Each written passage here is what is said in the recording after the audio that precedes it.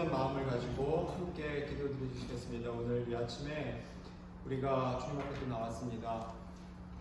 우리가 드리는 예배가 1년에 50여 차례를 드리는 그런 단순한 예배가 아니라 오늘 예수님을 만날 수, 하나님을 만날 수 있는 그런 귀한 자리가 되기를 원합니다. 우리가 마음이 정돈되고 우리가 마음이 열리고 또 우리가 마음이 주님께 달아가서 우리 예수님을 만날 수 있는 그런 아침 되기를 원합니다. 함께 우리 기도 드리시겠습니다.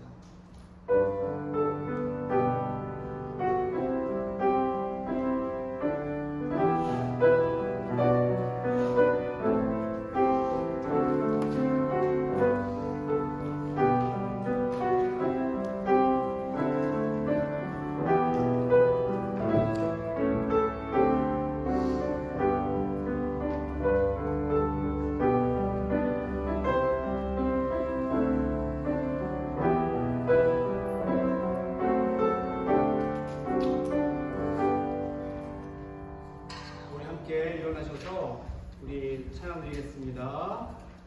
우주 예수 의지함이 심히 기쁜 일일세. 찬양을 찬양해서 힘차게 우리 함께 청을 올려 찬양 드리겠습니다.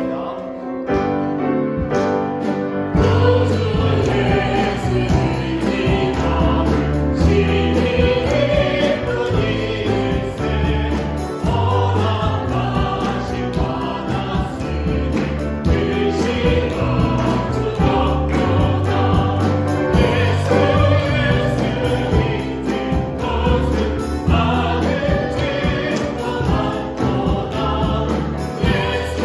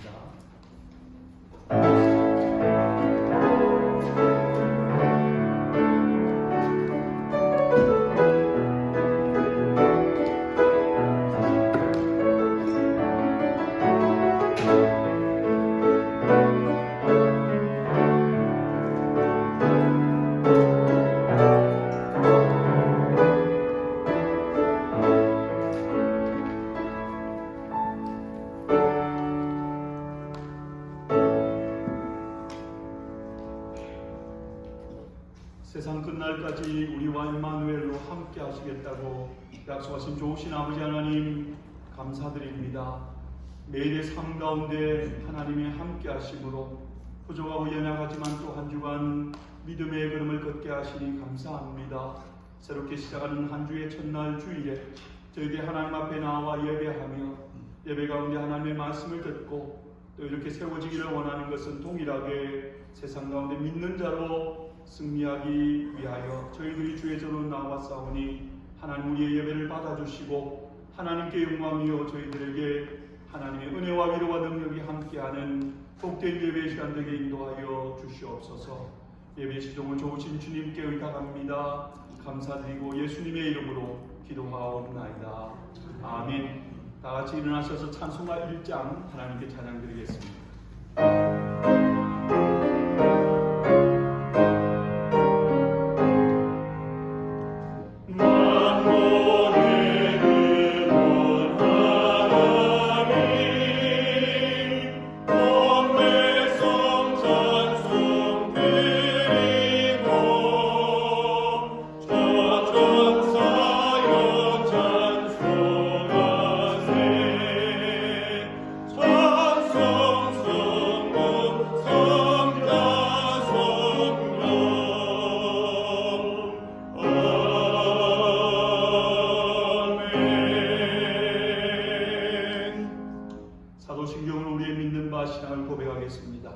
전능하사 천지를 만드신 하나님 아버지를 내가 믿사오며 그 외아들 우리 주 예수 그리스도를 믿사오니 이는 성령을 잉태하사 동정녀 마리아에게 나시고 본저 빌라도에게 고난을 받으사 십자가에 못 박혀 죽으시고 장사한 지 사흘 만에 죽은 자 가운데서 다시 살아나시며 하늘에 오르사 전능하신 하나님 우편에 앉아 계시다가 저희로서 산자와 죽은 자를 심판하러 오시리라. 성령을 믿사오며 거룩한 공예와 성도가 서로 교통하는 것과 죄를 사하여 주시는 것과 몸이 다시 사는 것과 영원히 사는 것을 믿사옵나이다.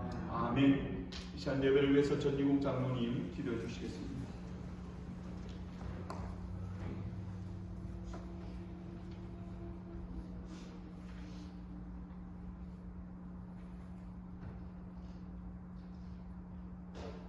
하나님 아버지께 존귀와 찬양과 경배를 올립니다. 오늘도 부족한 저희들을 사랑하사 예배의 자리로 인도하시니 감사를 드립니다. 허물 많고 연약한 저희들을 사랑하사 하나님 자녀 삼아주시고 또 붙들어 주시니 그 은혜에 감사를 드립니다.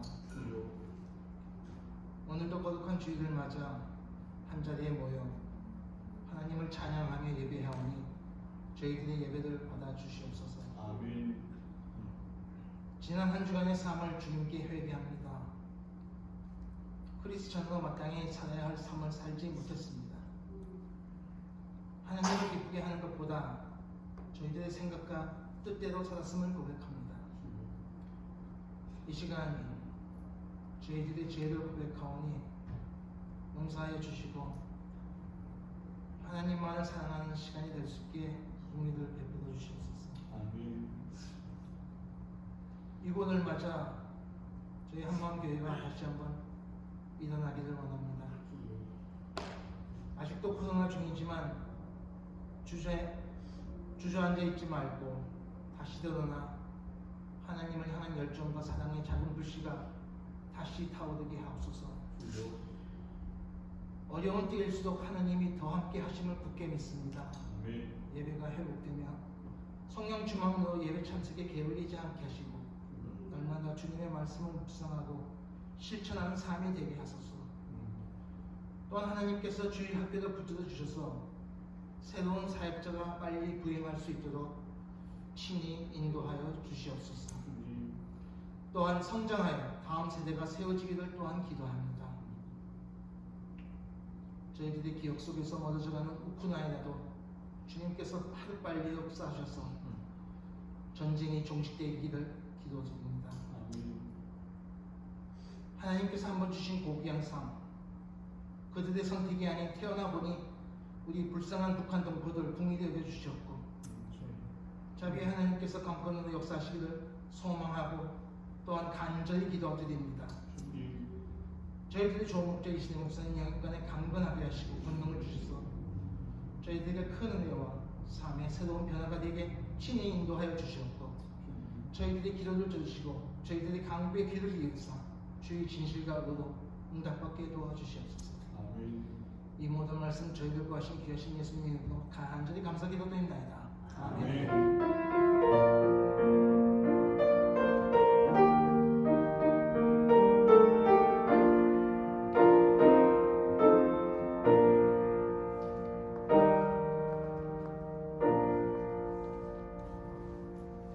이 시간에 하나님께 예물 드립니다. 오늘 이 시간에는 우리 대영신 집사님, 이성진 집사님 독송해 주시겠습니다.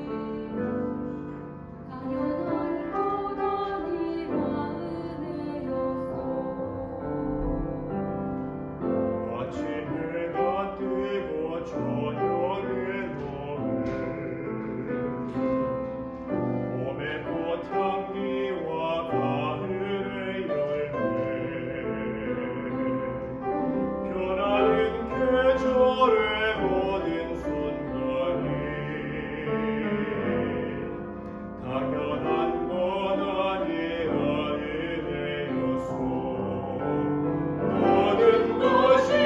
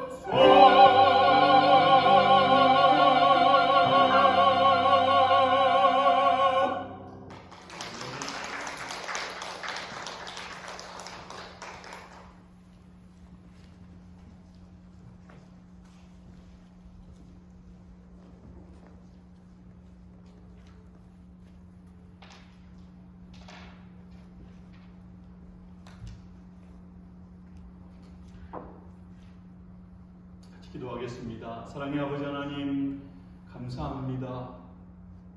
하나님의 크신 은혜가 늘 우리와 함께하고 또 그 은혜가 있음을 알고 고백하며 찬양할 수 있도록 은혜 주시니 감사합니다.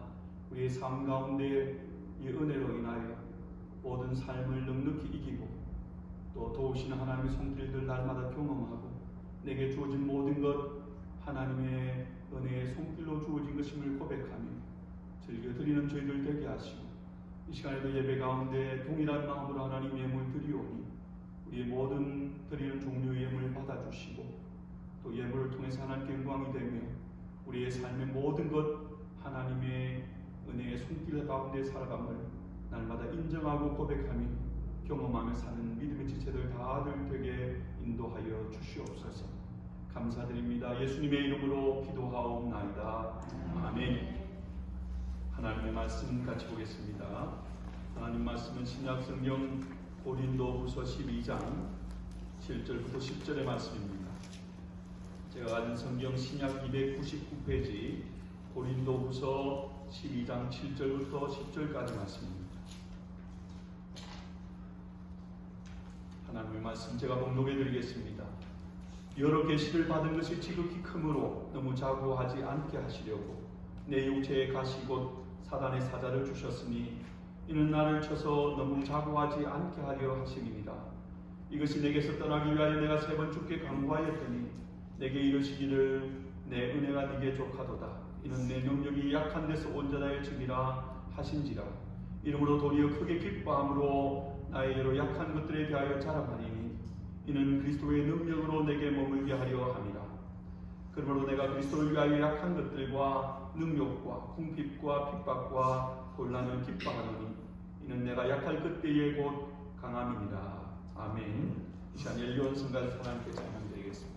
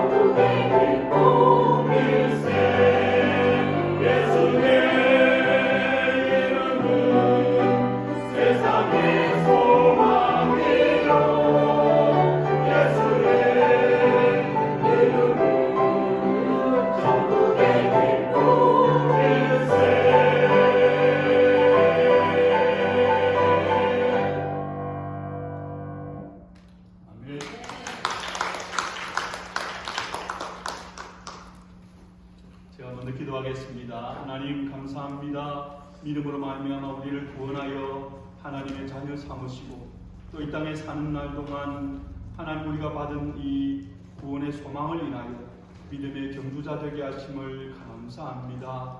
끝까지 잘 달려가기 위하여 오늘도 예배 가운데 하나님을 찬양하며 또 하나님의 말씀을 듣습니다. 주신 말씀 마음판에 새기고 성령과 동행하며 이 땅의 믿음의 경주 끝까지 잘 달려가므로 모두가 하나님 앞에 세워질 때 상급받고 멸류관 받는 하나님 귀한 믿음의 종들 다 되게 인도하여 주시옵소서. 시간 함께 하실 주님께 감사드립니다. 예수님의 이름으로 기도하옵나이다. 아멘. 여러분은 하나님을 어떤 분으로 믿고 고백하십니까? 제가 저의 인생을 통하여 분명히 믿고 확신하는 바는 우리 하나님은 선을 이루시는 분이시다라는 것입니다. 하나님은 저의 삶 가운데 언제나 선을 이루셨습니다. 비록 순간순간 깨닫지 못한다 해도 저의 인생 가운데 계속해서 이루셨고 지금도 앞으로도 그렇게 선을 이루실 것을 저는 믿어 의심치 않습니다. 하나님 우리의 삶 가운데 선을 이루시는 분이십니다. 우리의 믿음의 삶 가운데 어떤 순간에서든지 우리는 이 사실을 꼭 믿고 흔들리지 말아야 합니다. 우리의 좋으신 하나님 아버지는 우리의 삶 가운데 악을 행하지 않으십니다.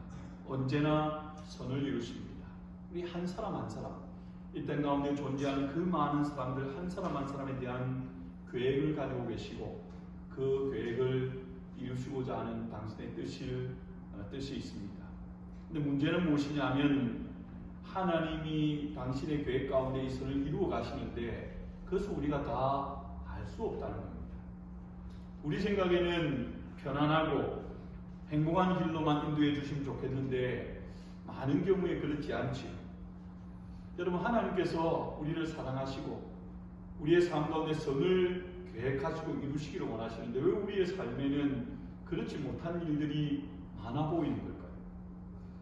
어려움 없이 좋은 길로 인도해 주시면 너무 좋지 않습니까?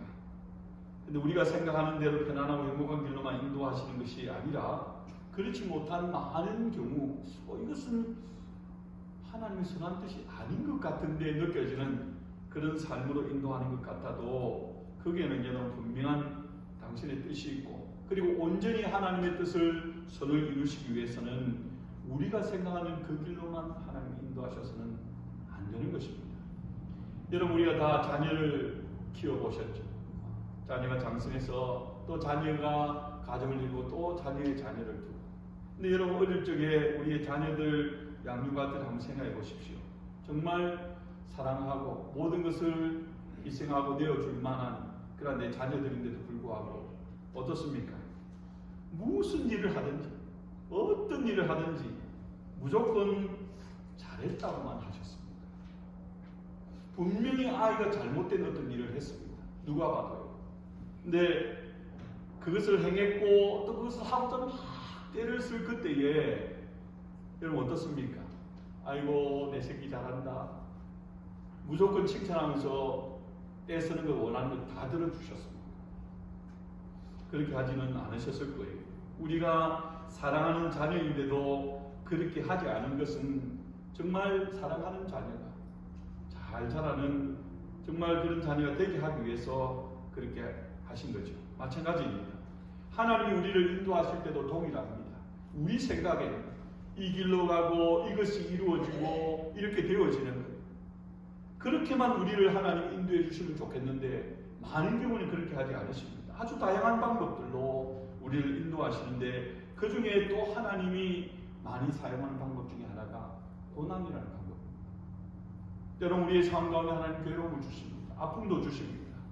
이해할 수 없습니다. 왜 도대체 그렇게 하시는지. 하지만 그 고통을 통해서 하나님은 우리 인생을 향한 당신의 계획을 이루고 가고 계신다는 것입니다. 그래서 여러분 우리가 고난이 어려움을 처할 때에 반드시 기억할 것은 그 순간에 흔들리지 아니하고 하나님의 섭리를 믿는 것입니다. 우리의 삶의 배후에는 언제나 하나님의 섭리, 하나님의 계획하심이 있습니다. 선한 뜻이 있고 고난은 바로 그 뜻, 하나님의 그 선한 뜻 가운데서 이루어지는 비유하자면 한편의 드라마와 같은 것입니다. 여러분 간혹 어떤 드라마를 보면 만약 이것이 주인공이 태어날 때부터 평생의 삶 가운데 아무런 어려움이 없고 형통하며 하다가 그렇게 드라마 끝나버린다.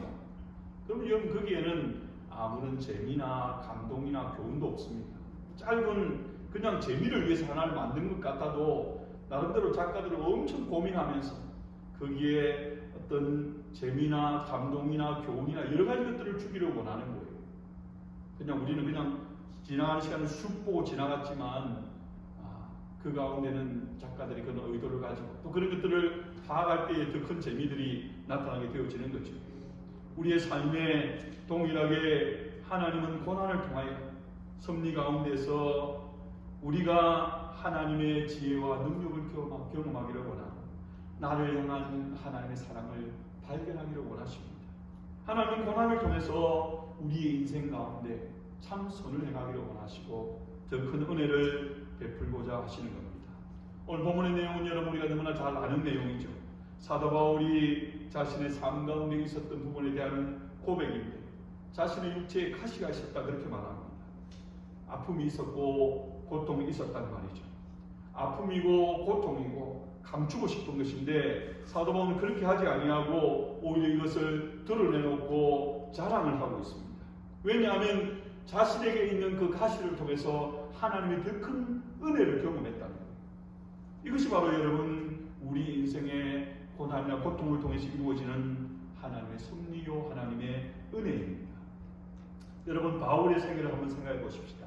이 바울의 생애가 예수님을 만나고 난 뒤에 그의 온 생애는 복음을 위해서 주님을 위해서 바친 삶이었습니다. 모든 것을 다 들여서 주님을 위해서 헌신한 그런 삶을 살았죠. 여러분이 만약에 하나님이시라면 여러분 사도 바울을 어떻게 대우하시겠습니까? 이렇게 귀한 종이 어디에 있습니까?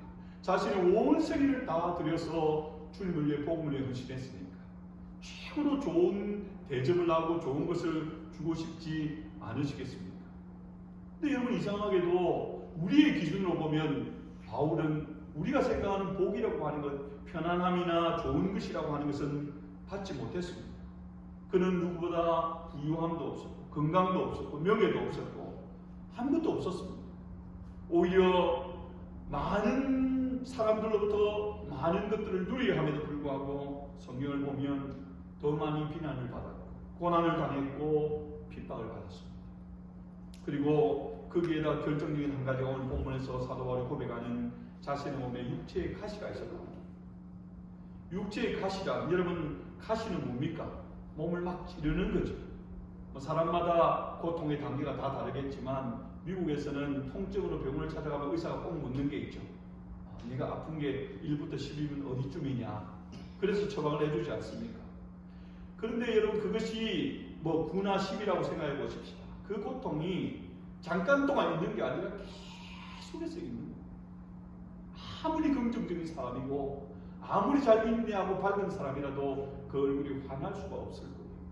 끊임없는 고통이 계속해서 가시가 몸을 찌르듯이 사도 바울에게는 그런 것이 있었다고 고백해요. 근데 이것을 또 뭐라고 표현합니까? 가시라고 표현하면서 동시에 사탄의 사자라고 말합니다.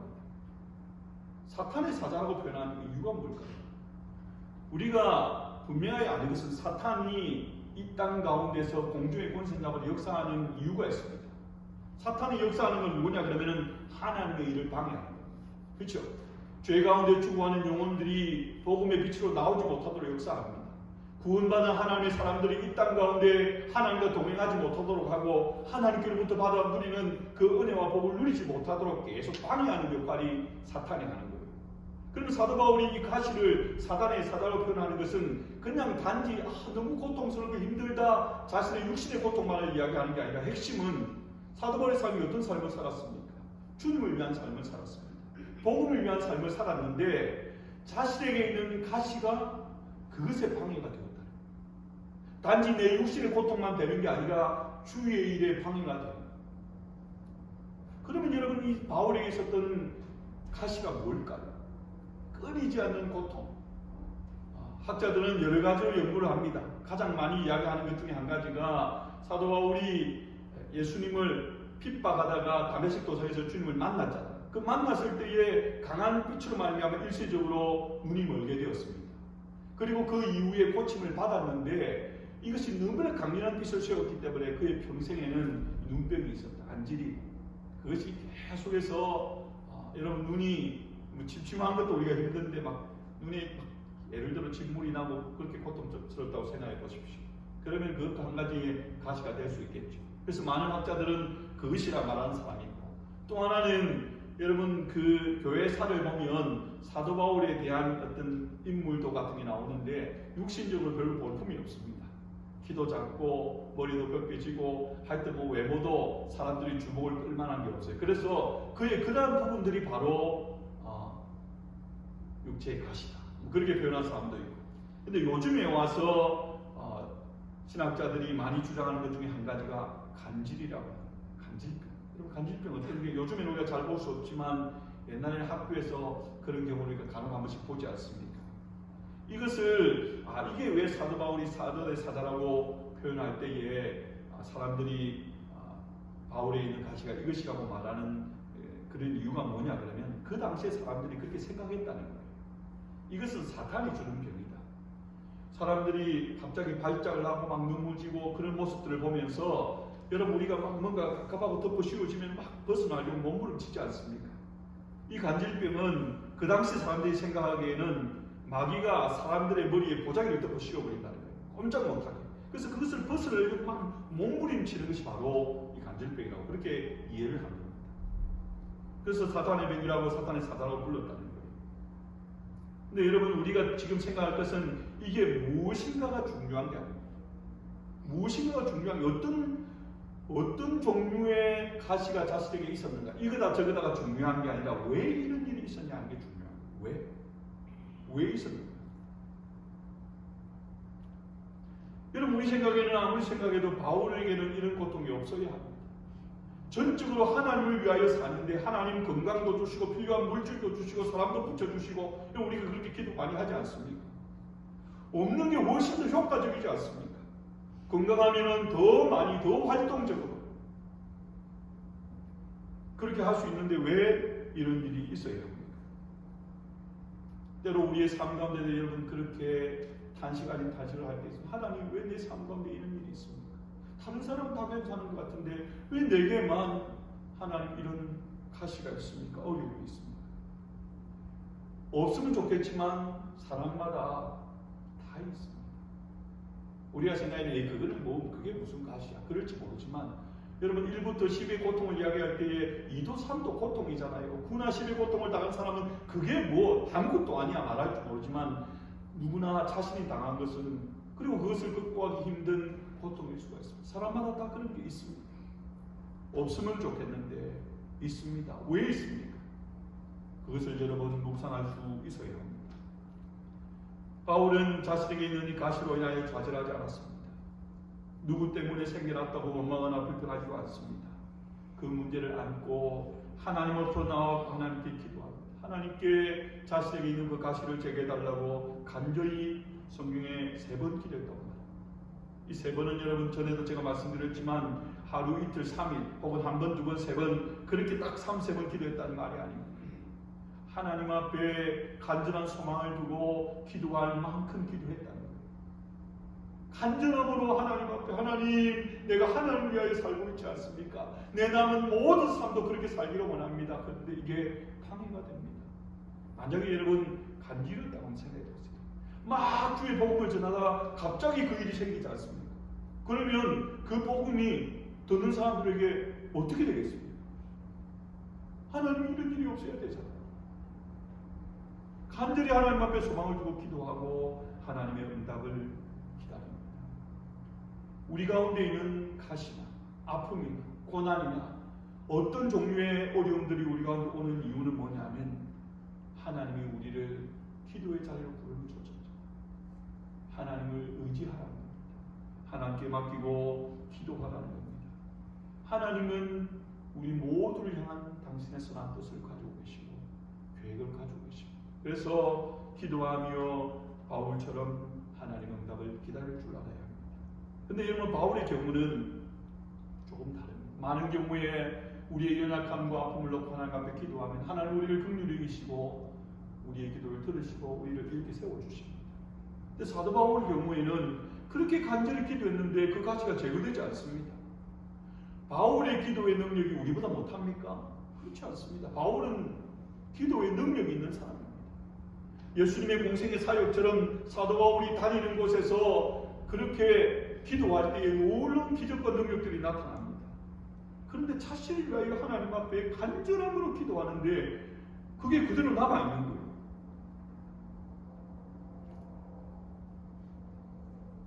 그러면서 하나님의 응답이 왔는데 하나님이 그 마음 가운데 주신 응답이 뭐냐면 내 은혜가 네게 족하다. 너는 내게로부터 이미 충분한 은혜를 받았다. 지금 현재 상황으로도 넘치는 은혜가 네게 있다. 그렇게 하나님 응답을 주십니다. 바울은 분명히 이해했을 겁니다. 이 말씀에 바울이 받아들이는 의미는 무엇이냐면 바로 이 가시가 있기 때문에 너를 향한 나의 사랑과 더 큰 은혜가 나타나게 되었다. 그렇게 하나님 지금 사도 바울에게 말하고 있는 거예요. 여러분, 성경에 이 바울처럼 바울보다 더 큰 은혜를 받은 사람이 누가 있을까요? 그의 인생의 걸음 가운데 보면 많은 고난이 있었지만 가시가 있었지만 그럼에도 불구하고 그렇기 때문에 오히려 더 하나님 앞에 붙들림 받아 쓰임받는 그런 사람이 되었습니다. 하나님께서 하나님을 대적하는 그들을 극적으로 돌이켜 세웠습니다. 누구보다 생생한 그런 회심의 체험이 있습니다. 복음 증거하는 일을 위하여 이방인의 사도로 부름받아서 누구보다도 많은 곳에서 많은 사람들에게 복음을 전하는 종으로 쓰임받았습니다. 수많은 기적과 기사들을 행하고 그런 하나님의 말씀인 성경, 신약 성경의 절반성을 기록하는 그렇게 하나님이 그가 가진 그의 재능을 사용을 하셨습니다. 특별하게 사용하셨죠. 누구보다 어느 누구도 받지 못한 그런 은혜와 사용하심의 기회를 누렸던 사람이 바로 사도 바울입니다. 근데 여러분, 우리 인간 사도 바울을 포함해서 모든 연약한 우리 인생의 연약함이 문제가 무엇이냐 하면 하나님이 더 큰 은혜를 주시고 하나님이 더 많은 복을 주시면 우리 생각에는 더 하나님께로 가까이 나아가고 더 하나님이 기뻐하시는 삶을 살 것 같지만 그렇지 못하다. 하나님 우리에게 크신 복을 주셨습니다. 우리가 많은 은혜를 경험했습니다. 그 은혜는 하나님께서 우리에게 맡겨온 그 사명을 감당하는 모습으로 나타나야 되고 그 삶 가운데 하나님의 역사심이 나타나야 합니다. 하나님의 은혜를 경험하면 그 은혜를 하나님께 돌려요. 근데 많은 경우에 그것을 우리 인생들은 우리 자신에게도 돌려요. 내가 잘 되었습니다. 내가 많은 복을 누리게 되었습니다. 그전에는 겸손하고 하나님의 사람을 세워졌던 것 같은데 점점 자신감이 생기고 어깨에 뽕이 들어가고 목에 힘이 들어가고 내가 드러나게 돼요. 연약한 우리 인생은 누구나 예외가 없습니다. 큰 은혜를 받으면 교만해질 수 있다는 거예요. 사도 바울이 비록 겸손한 사람이라고 해도 누구보다 큰 그런 놀라운 은혜들을 경험했으니까 겸손하기가 어렵습니다.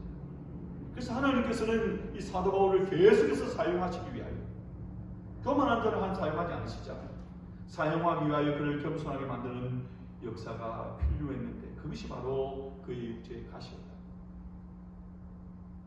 계속해서 하나님을 의지하고 내 스스로의 힘과 노력으로 내 건강으로 내가 가진 어떤 재능으로 물질로 그렇게 하나님 일을 하는 게 아니라 하나님 힘주지 않으시면 나 하루도 걸어가지 못합니다. 하나님 도와주지 않으면 내 어떤 사역도 더 이상 감당하지 못합니다.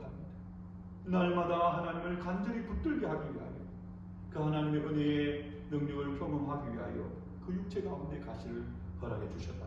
사도 바울이 이 사실을 깨달았습니다. 그래서 7절에서 이렇게 고백합니다. 여러 계시를 받은 것이 지극히 크므로 너무 자고하지 않게 하시려고 내 육체에 가시고 사탄의 사탄을 주셨으니 이는 나를 너무 자고하지 않게 하려 하십니다. 분명히 그 사실을 알고 있죠. 자고한다는 말은 스스로 높아집니다. 교만한다는 말이죠. 순간순간적으로 여러분 바울이 너무 억울해서 자기 자신들을 성경 가운데 변호하지만 그 변호할 때에 분명히 자신의 모습들을 드러납니다. 나 이런 사람이야. 나 나면서부터 로마 시민권자야. 나 히브리인 중에 히브리야. 나 이런 지파 사람이야. 나 이런 학벌을 가진 사람이야. 물론 과거처럼은 아니겠지만 순간순간으로 그걸 보잘것없어 보이는 사람이 교회의 리더가 되었다고 오히려 자신을 너가 사도가 맞냐 핍박한다. 그것이 계속해서 나오는 겁니다. 그래서 하나님께서 그의 가시 쉬지 아니하고 그를 찌르면서 자꾸 자극을 하면 너 자신을 봐. 너가 어떤 존재냐. 자고하지 않게 하려고 그렇게 하셨다. 그래서 하나님의 도우심 없이는 스스로 설 수 없다는 걸 깨닫게 됩니다. 그것이 여러분 계속해서 겸손한 하나님의 사람으로 세워지게 되어진 것이죠. 여러분 우리 자신의 모습들을 한번 돌아보십시다. 여러분의 삶 가운데 분명히 어떤 종류의든지 가시가 있었을 거예요. 만약에 여러분 그게 전혀 없었다고 생각해 보십시오. 아무런 어려움, 아무런 고난이나 자녀를 통해서든 내 삶을 통해서든 내 비즈니스를 통해서든 관계를 통해서든 그런 것이 전혀 없었다고 하면 여러분 하나님 앞에 더 맡기고 기도했겠습니까? 하나님을 더 붙들고 의지했겠습니까? 어쩌면 여러분 그것이 없었다면 지금 이 자리에 믿음으로 서 있을 수 없던 사람도 꼭 있을지. 연약함이, 아픔이 그것이 계속해서 우리를 찔러서 하나님 제발 이것 좀 해결되게 해주세요. 하지만 여러분 그렇기 때문에 우리가 주님께로 가까이 나올 수 있고 주님을 더 붙들고 의지하게 되어진다면 그것이 여러분 더 큰 하나님의 은혜를 체험하고 더 하나님을 사랑하고 더 천국의 소망을 갖게 되는 믿음의 경주를 나는 사람들이 되어집니다. 우리에게 있는 가시는 나를 향한 하나님의 계획이고 나를 향한 하나님의 사랑이고 은혜의 계기가 됩니다. 하나님의 은혜가 나타나는 통로가 되는 것이죠. 가시로 인해서 우리가 약해지고 그것 때문에 우리가 하나님 안에 계속 가게 주님과 동행하게 되어지는 거예요. 나를 향한 하나님의 은혜의 능력이 그때 비로소 나타나게 된다는 겁니다. 9절에서 바울이 이렇게 고백합니다. 이는 내 능력이 약한 데서 온전하여 집니다. 깨달은 거죠, 여러분. 사도 바울이 여러 곳에 다니면서 복음을 전했습니다. 그런데 한 곳에 대표적으로 자기 자신을 고백하는 실패한 곳이 한 곳이 있습니다. 유럽의 선교 여행을 가가지고 아덴이라는 동네에 갔습니다. 아테네입니다. 그리스 아테네 어떤 동네입니까? 그리스 아테네 과거에 어떤 사람들이 살던 곳이에요? 소크라테스, 플라톤, 아리스토텔레스 위대한 철학자들 세상에 제일 똑똑한 사람들이 감옥에 있는 곳입니다. 머리에 지식이 넘쳐서 입으로 말하지 않으면 견디지 못한 사람들이 있는 곳이에요. 그래서 그곳에서 자신도 많이 배운 사람이잖아요. 자신 있게 메시지를 전했는데 그 가운데 역사가 나타났습니다. 우리 생각에는 복음을 전해도 정말 논리적으로 한자도 틀리지 않냐고 정말 누가 들어도 불보가 시킬 만큼 그렇게 복음을 전하면 그 복음의 역사에서 그 심령이 바뀔 것 같고 변화될 것 같지만 그렇지 않다. 사도 바울이 경험했습니다. 내 힘으로, 내 능력으로, 내 지식으로 해봤더니 안 되더라는 거예요. 오히려 그래서 여러분 성경에 보면 전도의 미련한 방법이 나와요. 좀 미련하게 보여요. 그냥 갑시다. 예수 믿읍시다. 예수 믿으니까 좋아요. 행복해요. 어려운데 그래도 그 가운데서 힘이 생겨요. 기쁨이 있습니다. 어린아이처럼 어쩌면 우리에게 배움이 없는 것처럼 그렇게 연약하고 어리석은 모습으로 나타나도 그것이 오히려 내가 약해지니까 내 속에 계신 하나님이 역사하십니다. 이는 내 능력이 약한 데서 온전하여집니다. 이러므로 도리어 크게 기뻐함으로 나의 여러 약한 것들에 대하여 자랑하니니 이는 그리스도의 능력으로 내게 머물게 하리라. 계속해서 내 속에서 하나님의 능력이 머물고 그 능력이 역사하는 방법은 내가 죽는 겁니다. 내가 약해지는 거죠. 약해진다는 말은 나는 강한데 이걸로 약해진다는 게 아니고 나의 실체를 바르게 깨닫는 겁니다. 우리가 그런 존재입니다. 10절에 여러분 바울의 고백을 들어보세요. 그러므로 내가 그리스도를 위하여 약한 것들과 능력과 궁핍과 핍박을 기뻐하는 곤란을 기뻐하는 이는 내가 약할 그때에 꼭 강합니다. 내 삶 가운데 어쩌면은 막 일반적으로 사람들이 자랑하는 것 그런 것들이 아니라 그 반대의 것들 그것들을 내가 오히려 자랑하고 기뻐하는 것은 내가 약할 그때에 강한 자로 하나님이 붙드시고 사용하시더라. 여러분 그렇습니다. 구약 이스라엘 왕정 시대에 서로 대조되는 대표적인 두 왕이 있습니다. 이스라엘 1대 왕 사울, 두 번째 왕 다윗. 이 두 사람의 삶을 한번 보십시오. 처음에 하나님이 기름 부어 세울 때 동일한 모습이었습니다. 둘 다 겸손. 사울은 처음부터 교만했고 그게 아니에요. 얼마나 겸손한 자의 모습으로 나타나는지 모르고 나 같은 사람이 어떻게? 다윗도 마찬가지고 사울도 마찬가지. 둘 다 겸손하게 그렇게 시작을 했는데 다윗은 하나님 앞에 붙들림 받아 쓰임 받는 위대한 하나님의 사람이요. 사울은 그 반대의 모습을 나타나게 되었습니다. 왜 그렇게 되었습니까? 결과적으로는 다윗은 계속해서 하나님을 붙드는 하나님과 동행하는 삶을 살았기에 그런 삶을 살았고 사울은 나중에 교만해지는 모습으로 하나님의 함께 하심의 능력을 잃어버렸죠. 근데 그 계기가 뭘까요? 사울은 왕이 된 다음에 그는 왕궁에서 모든 좋은 것을 누렸습니다. 그 외에 다른 기록들은 성경에 없습니다. 다윗은 그가 기름 부음 받은 그 이후부터 그의 평생의 삶 가운데 끊임없는 고난이 있었습니다. 아픔이 있었습니다. 시편에 많은 고백들은 그의 고난과 아픔 가운데서 하나님을 바라고 간구하는 기도와 그 가운데서도 하나님 도우실 것을 믿는 믿음과 그리고 하나님께서 행하신 일들에 대한 찬양. 얼마나 많은 극심한 고난이 있습니다. 바울에게 있었던 가시, 그것이 계속해서 그를 찔렀습니다. 순간순간적으로는 범죄에서 그것으로 말미암아 하나님 앞에 회개하고 눈물 흘리고 돌이키기도 했지만 계속해서 그를 찌르는 그 가시로 말미암아 하나님을 붙들었다. 하나님을 의지했습니다.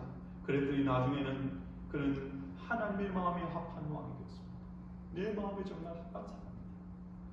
여러분 우리도 하나님이 기뻐하시는 그런 하나님의 사람으로 반복되는 것은 물론 고난이나 아픔이 없이도 우리가 그렇게 늘 하나님을 붙들고 의지하며 살아가고 있다 그러면 최상이지만 잘 그렇게 되지 못합니다. 그래서 때로 우리 삶 가운데 있는 어려움이나 고난 가운데서 여러분 하나님 사도 바울에게 주신 이 동일한 메시지 우리도 들을 수 있으면 좋겠습니다. 내 은혜가 네게 족하다. 너는 충분한 나의 은혜를 받고 은혜의 돌보심 가운데 살아가고 있다. 주님 그렇게 말씀하십니다. 그 고난을 능히 이기게 도와주시고 고난 가운데서 당신의 뜻을 이루어 가시고 무엇보다도 그것을 통하여서 늘 하나님의 은혜 속에 머물게 하신다. 그것이 중요합니다. 그럼 우리는 하나님과 동행하는 인생이 되어지고 오늘 우리 은금 찬양도 은혜의 찬양을 했는데 그러면 여러분 우리의 평생 삶 가운데서 하나님 앞에 늘 구원받는 그런 삶이 되는 겁니다. 사랑하는 성도 여러분, 삶 가운데 여러 가지 가시들이 여러분에게도 있는 줄 압니다. 하나님 앞에 소망을 두고 기도하십시오. 많은 경우에 긍휼히 계신 하나님이 해결해 주십니다. 그런데 그것이 아무리 기도해도 남아있다면 그것으로 인하여 오히려 하나님의 뜻을 섭리를 발견할 수 있기를 바랍니다. 하나님은 우리에게 계속해서 은혜 가운데 머물기를 원하시고 약한 가운데 하나님 우리를 사용하기를 원하시고 그 은혜로 인하여 또 하나님 앞에 주어진 삶을 쓰임받고 다른 사람을 세우는 일에 쓰임받는 우리 모든 믿음의 지체들 되시기를 주님의 이름으로 축원합니다. 기도하겠습니다. 사랑의 아버지 하나님 감사합니다. 하나님 우리의 삶 가운데 또 우리의 사랑하는 자녀들의 삶 가운데 아무런 어려움이 없이 평안하고 주님 주시는 은총복을 누리는 삶을 살기를 우리가 간절히 바라지만 때때로 그렇지 못한 삶의 순간을 만날 때 그때 하나님 주신 말씀 사도 바울의 감정을 기억하는 저희들 에게 인도하여 주시옵소서. 우리 가운데 있는 가시가 하나님의 은혜의 통로임을 깨닫는 저희들 에게 도와주셔서 그것을 인하여 우리가 간절히 소망하며 기도할 뿐 아니라 때로는 그 가운데에서 하나님을 더 붙들고 의지하고 살아감으로 말미암아 평생의 삶 가운데 하나님의 은혜가 함께하고 또 하나님의 사람으로 부족하지만 그렇게 쓰임받는 삶을 살아가는 저희들에게 아버지의 인도하여 주시옵소서. 하나님 이 말들로 서로 위로하고 격려하며 함께 믿음의 경주 잘 달려가는 우리 한마음의 모든 지체들 다 되게 인도하여 주시옵소서. 감사드립니다. 예수님의 이름으로 기도하옵나이다. 아멘. 광고 말씀드리겠습니다. 교회 소식난 참고해 주시기 바랍니다. 오늘도 예배에 참석하신 모든 분들 주님의 이름으로 환영합니다. 여러분 영혼이 잘 되시고 육신도 강건하고 범사도 행복이 되기를 바랍니다. 우리 앞뒤 저를 보면서 같이 한번 인사할까요? 사랑합니다. 축복합니다. 인사 나누겠습니다. 감사합니다. 몇 가지 광고 말씀드리겠습니다. 교회 소식난 참고해 주시고요. 이소연 집사님 자녀 방문 하셨습니다. 위해서 기도해 주시고요. 그리고 오늘 우리 오셔서 또 특성해 주신 우리 배영신 집사님, 가든교회 집사님이신데요. 가든교회에서 광고를 하나 부탁해 주셨습니다. 이번 돌아오는 토요일 날 여전도의 주체로 바자회가 있다고, 선교 바자회 있다고 그렇게 광고를 부탁하셨습니다. 10시부터 2시까지 여러 음식들, 또 반찬, 밑반찬들 이렇게 판매를 하네요. 돌아오는 토요일 날 10시부터 2시까지 가든교회 바자가 있다고 합니다. 여러분 많은 관심 가져주시기 바랍니다. 코로나가 빨리 종식되었으면 좋겠는데 변이를 거듭하면서 계속 이어지고 있어서 여러 가지 어려움들이 있습니다.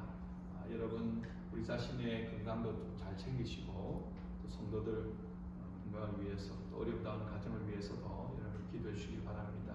저는 기도하시지만 여러분 우크라이나 국민 나라를 위해서 여러분 계속해서 기도해 주시고 북한을 위해서도 그리고 사는 미국도 사실은 전쟁터죠.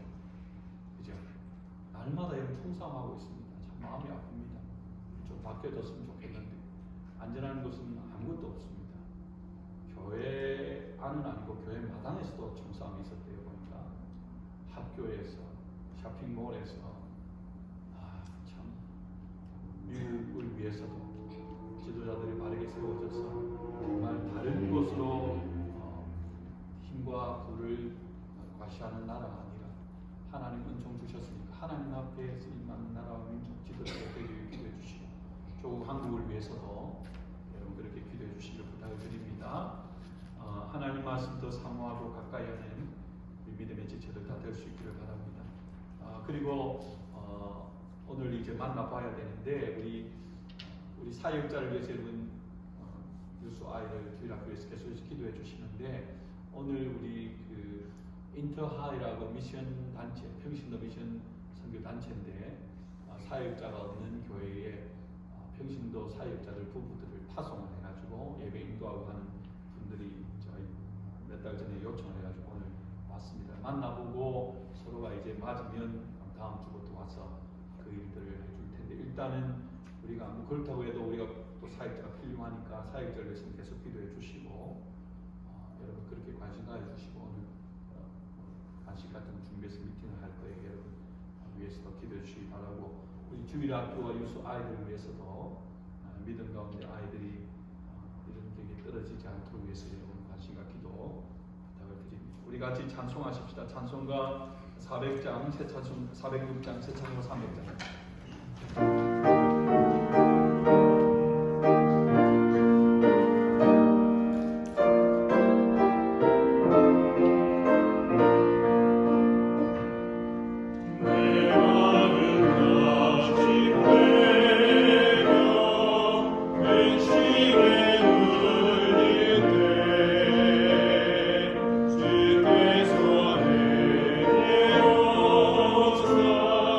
위로해 주